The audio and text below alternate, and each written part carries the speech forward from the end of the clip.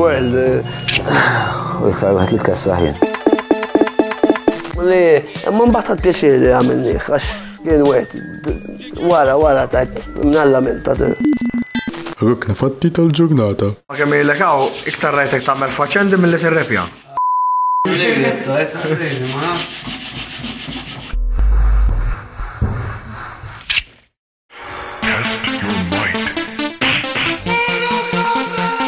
Fil-bidu għarrajt għamilt żewġ takes u ħafna. ġibna breakfast. Tajjeb. Għalenna morru jogging. Morru jogging. Issa għalenna morru l-bahar. Semma kollox barra nir-rekordja. I've told the guys that I'd like them to go to the beach today because I think they need some sea air. Paul Simon ġiġ karatteri differenti ħafna. ħafna ġifiri qed ngħidu North South Pole, black and white. 80s baby.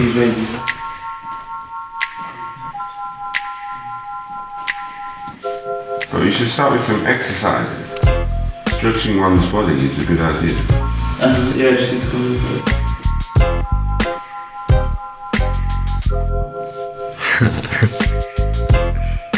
I'm sure they hate me. No, really, you know, everyone's like smiling up. Yeah, it's our music, it's loud, it's 7 o'clock in the morning, no problem. Il-mod kif naħdmu huwa differenti ħafna. Forsi jena ndorri raf inti studio time nidu bis-serjetà ħafna. Kun nisma' li nidħol naħdem. To your spot and record it live so it gets louder naturally. Can you all complain? Aħna meta nkunu ġo studio ġo Malta, tifhem għandek l-isbuħija ta' 90 lira kuljum, 100 lira kuljum. Ġifieri inti kif tasal hemm, inti diġà tħossok li qiegħed tard. Allura taqbad u taħdem malaj gazda.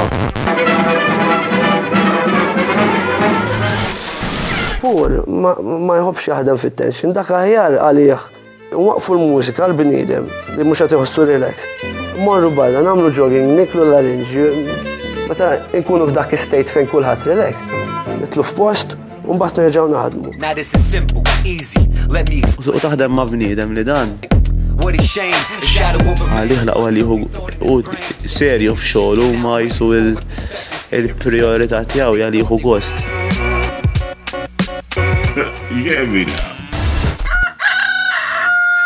Anka differenza li Simon għandu anxiety levels times 50. Allura jippanikjaħ Paul, tifhem? Għax Paul ma jafx iżomma pjan. Skontu il-peak time tiegħi f'nofs il-lejl. Fidej hu l-producer, għanna affarijiet lesti konna ħdimna fuq xi affarijiet minn qabel ta' ġifieri ma għalli għax xu għara niger beef. Ma ġejtaw biex naħdemu. U insomma, u l-ewwel 4 ijiem Simon kien għadu rekordja xi ġiex diski jew xi ħaġa. U Simon kull ma kellu għaw ġimgħa. Allura ovvjament Simon kien vera inkwetat u kważi rrabjat. Jiena u Paul għandna love-hate relationship qawwija. Minnaħa nirrispettaw xulxin, minnaħa we get on each other's nerves naħseb ħafna. U rajtu li kien inkwetat, rajtu ħassejtu li kien anzjus ħafna żejjed u fil-fatt anka Paul nota.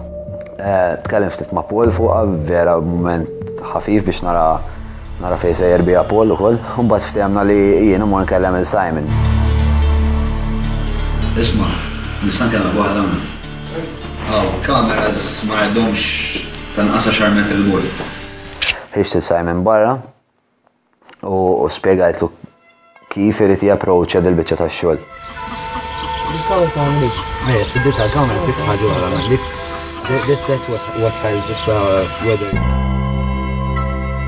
He's in a hurry. I'm not. I'm trying to listen. Okay, and it's starting to piss me off, babe. Simon, I hope you don't hate your bro, Paul, man. No!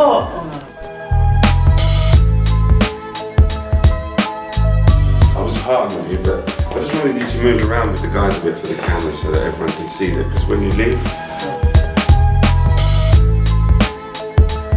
Skontu ma konċ għedkom, dundu. ħarġni barra, ġab il-microphones barra.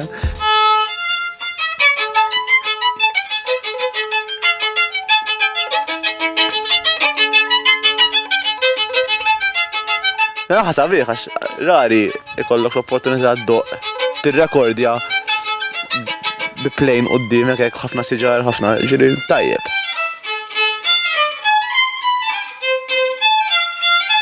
Imma, having said this, speċi mixin tajjeb miegħu. Ġiri l-affarijiet li jagħmel hemm raġuni ħadd ma jifhmu, ma mixin tajjeb ħassod. Aħna s'issa meta ħdimna ma' Paul dejjem l-istess ħaġa. Ma nifhmux, noqogħdu għalliet fl-aħħar mill-aħħar nkunu kontenti bli nagħmlu ġifieri. L-aħħar mill-aħħar kieku ma kienx hu mhux qegħdin ġifieri. Li hu tiegħu ntulu, tajjeb.